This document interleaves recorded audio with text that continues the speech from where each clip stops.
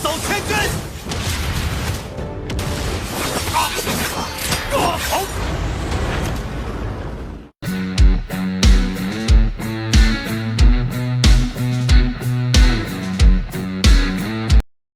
Halo guys, halo semuanya, dimana kalian berada, kembali lagi bersama Mimin di channel Alur Cerita Film. Dan bagaimana kabar kalian? Tentunya Mimin selalu doakan agar kalian semua dalam keadaan baik, sehat, dan bahagia selalu. Untuk episode kali ini, Mimin akan membahas alur cerita Donghae series dari film Martial Master untuk part terbarunya. Bagi teman-teman semua yang belum sempat menonton video sebelumnya, kalian bisa langsung menontonnya. Linknya ada di deskripsi. Dan jangan lupa bagi kalian yang baru mampir untuk mensupport channel ini terus, agar Mimin selalu semangat dalam menghibur kalian semua. Oke, tanpa berlama-lama lagi, Mimin akan masuk ke dalam alur cerita Martial Master. Di episode sebelumnya, Yu Lengzhen dan Yang Wuji berhasil melarikan diri dari serangan leluhur Liu.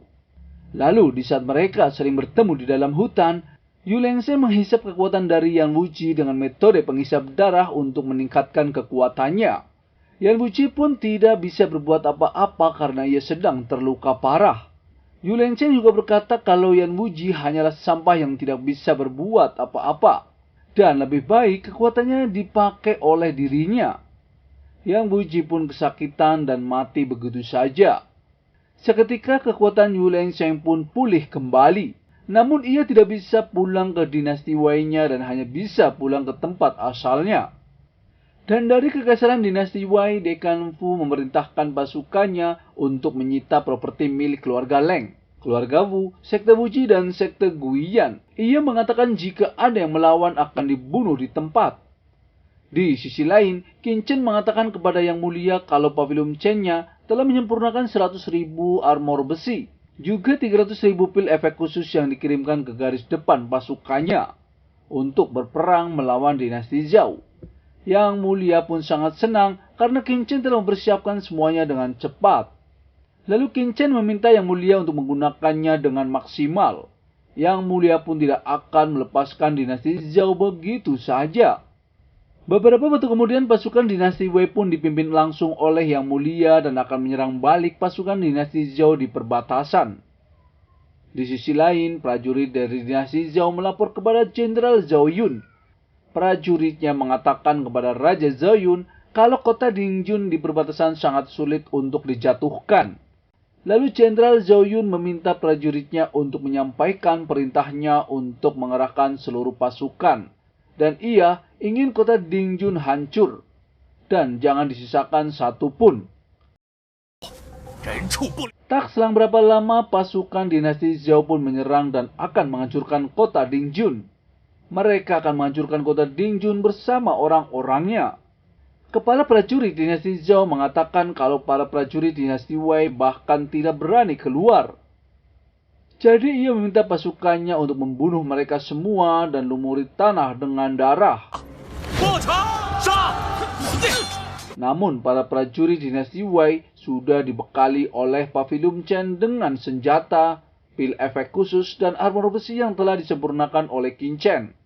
Seketika, para prajurit dinasti Zhao sangat terkejut melihat armor besi yang dipakai prajurit dinasti Wei tidak bisa tembus oleh pedangnya. Para prajurit dinasti Wei pun langsung menyerang balik dan akan membunuh tanpa ampun. Satu persatu prajurit dinasti Zhao pun tumbang terkena serangannya. Lalu di sana Yang Mulia sangat senang dan berkata kepada Qin Chen kalau senjata yang baru dikembangkan oleh pavilion Chen sungguh mematikan. Qin Chen pun mengatakan kalau itu baru permulaan. Tidak sampai setahun takutnya setiap prajurit Yang Mulia lihat akan menjadi pejuang tingkat mistik. Yang Mulia sangat terkejut mendengar perkataan Qin Chen. Ia tidak menyangka kalau prajuritnya akan sekuat itu. Lalu dari perbatasan dinasti Zhao, Jenderal Zhao Yun sangat kesal karena tidak ada yang memberitahu apa yang sebenarnya telah terjadi.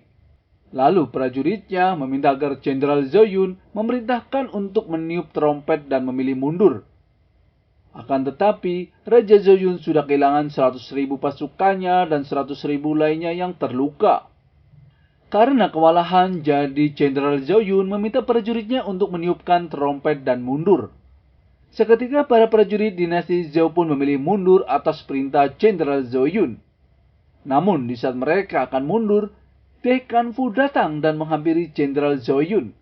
Ia mengatakan kepadanya karena Jenderal Zhou Yun sudah datang ke perbatasan, jadi ia tidak akan membiarkan Jenderal Zhou Yun pergi begitu saja.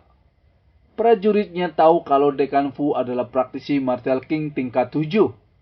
Jenderal Zhou juga tahu kalau yang datang adalah Dekan Fu dari Akademi Dixing. Ia mengatakan kalau Dekan Fu hanyalah pengajar kecil belaka dan datang ke medan perang hanya untuk mati di tangannya. Dekan Fu tahu kalau rumor tentang Jenderal Zhou Yun memiliki teknik pedang surgawi Raja Zhou Yun dan Ping Xuan, begitu mendominasi dan tidak tertandingi. Dan hari ini Dekan Fu ingin mencicipi pedangnya. Jenderal Zhou Yun dengan begitu sombongnya akan membunuh Dekan Fu dengan 8 tebasan pedangnya. Ia pun langsung menyerang Dekan Fu di sana.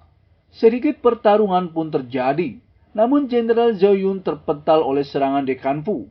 Dekan Fu dengan santainya mengatakan kalau Jenderal Zhou Yun pantas dijuluki dengan pedang Ping Xuan.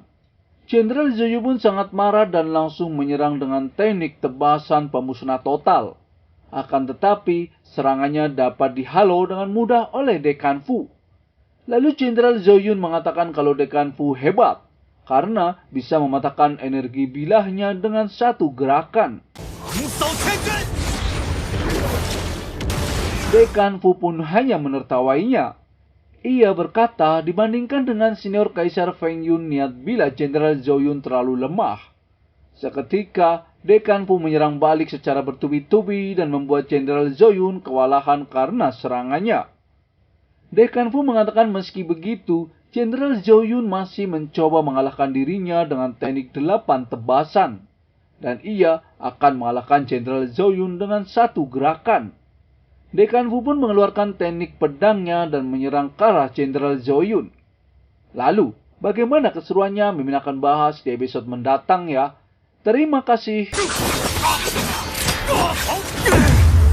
don't ever slow up, no I don't take shit. I got no love for the fakeness. If you wanna play tough and wanna hate this, I'll always show up.